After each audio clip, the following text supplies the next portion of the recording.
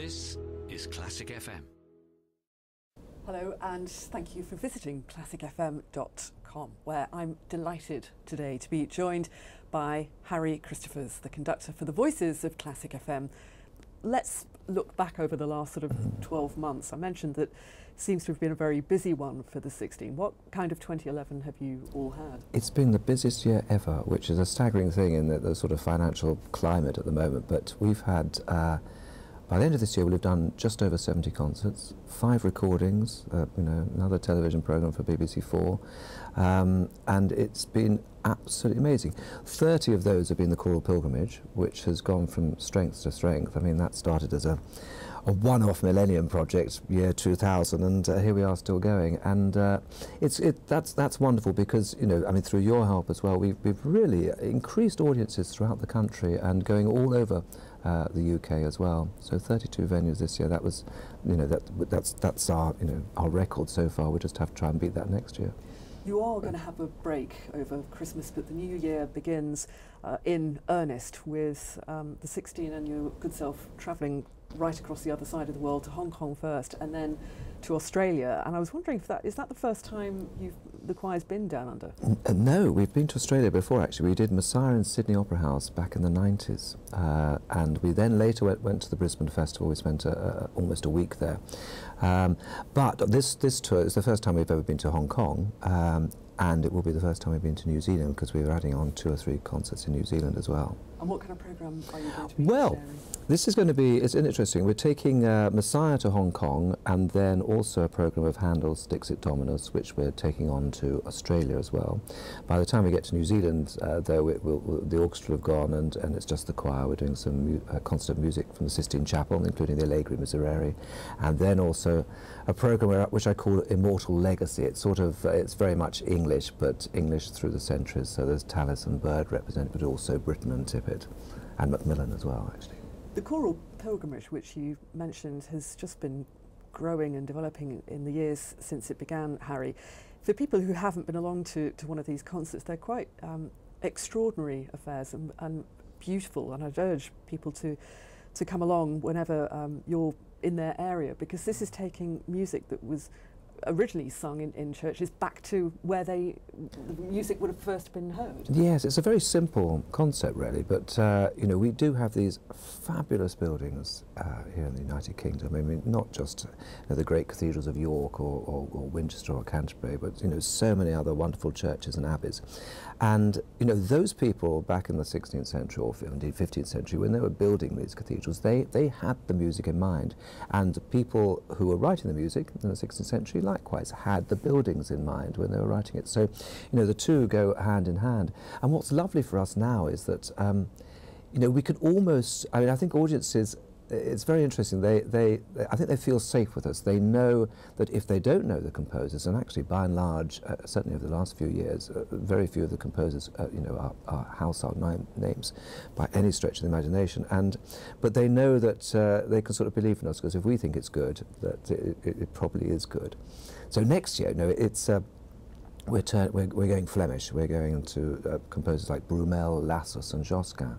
Again, these composers, people who know something about Renaissance music will probably have heard of 2 of those, but by and large most people won't have heard of those composers. But this is fabulous music.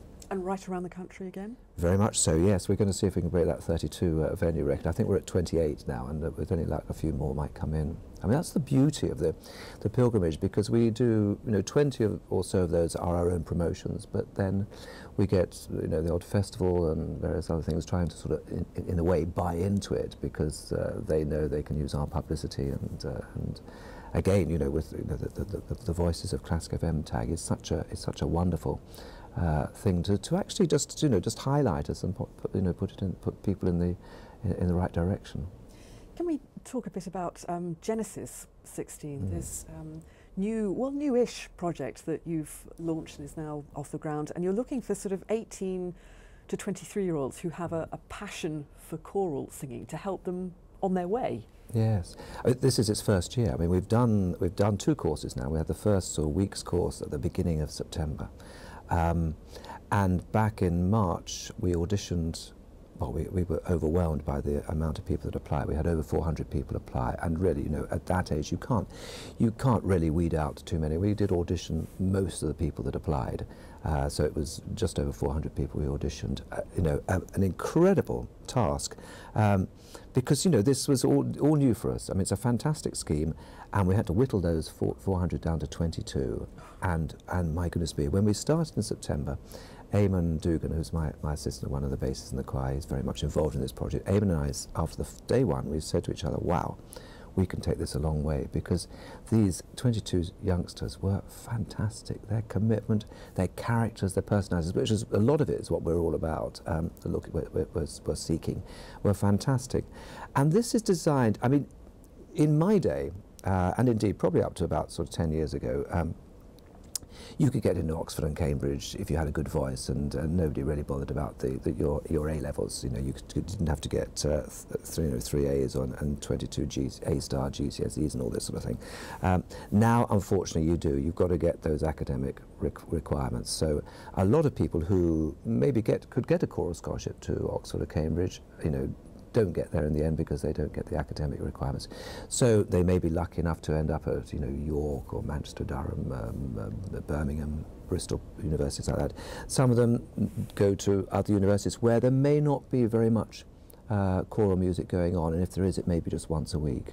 So we're very much looking for those people who have got these fantastic voices, but need nurturing because they're not getting the day in, day out rehearsal and attention that they get at the major colleges, and this has been fascinating, and it's you know, it's quite specialist, and these 22 youngsters are very privileged, because this, courtesy of the Genesis Foundation, this is free.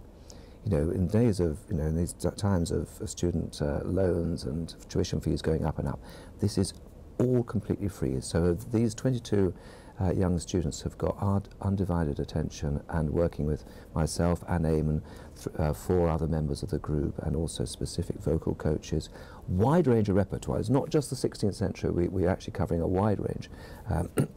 This year we're sort of dealing with Tippett, Britten, Pizzetti, Josquin, all sorts of composers, and it's great. And I firmly believe that, you know, quite a few of these may well enter the professional music profession, and that's the ultimate aim. The aim is that, you know, groups like the 16, the Monteverdi Choir, the Gabrieli Concert, the Tallis Chorus, they will all benefit from what we're doing.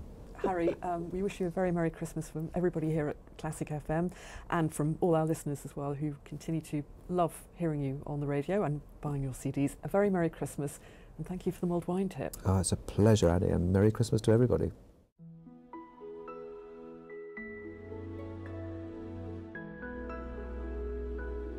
This is Classic FM.